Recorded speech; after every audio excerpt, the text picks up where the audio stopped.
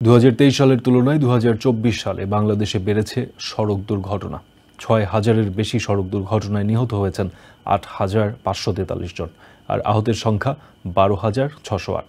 শনিবার ঢাকা রিপোর্টার্স ইউনিটিতে এমন তথ্য তুলে ধরে যাত্রী কল্যাণ সমিতি। সংগঠনটির মতে দেশের রাজনৈতিক পট পরিবর্তন হলেও পরিবহন খাতে কোনো পরিবর্তন আসেনি। সড়ক দুর্ঘটনা রোধে দ্রুত সড়ক নিরাপত্তা আইন প্রণয়ন সহ 13 দফা সুপারিশ করে যাত্রী কল্যাণ সমিতি।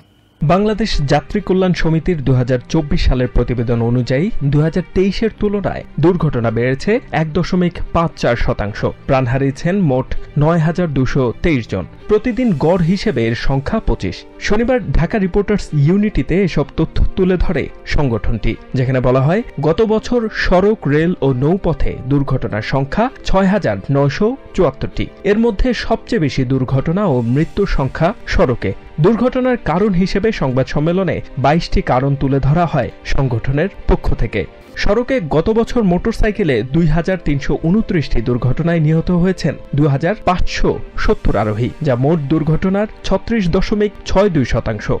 যাত্রী কল্যাণের সদস্যরা বলছেন, সরকার বদল হলেও পরিবহন খাতে কাঠামোগত কোনো পরিবর্তন হয়নি। তাই দুর্ঘটনা রোধে দ্রুত সড়ক নিরাপত্তা আইন প্রণয়ন সহ 13 দফা সুপারিশ করা হয় বলে জানান সংগঠনটির মহাসচিব মোজাম্মেল হক চৌধুরী। দ্রুত সড়ক নিরাপত্তা আইন প্রণয়ন করে ব্যাপক কার্যক্রম শুরু করা, সড়ক নিরাপত্তায় বাজেট বরাদ্দ বাড়ানো, গণপরিবহন চালকদের অত্যাধুনিক প্রশিক্ষণ ও নৈতিক শিক্ষার ব্যবস্থা করা। সড়কে প্রাণহানি না কমায় সমালোচনা করে অধ্যাপক রুবায়েত ফেরদৌস বলেন, কোনো জবাবদিহিতা না থাকায় কমছে না সড়ক দুর্ঘটনায় মৃত্যুর মিছিল।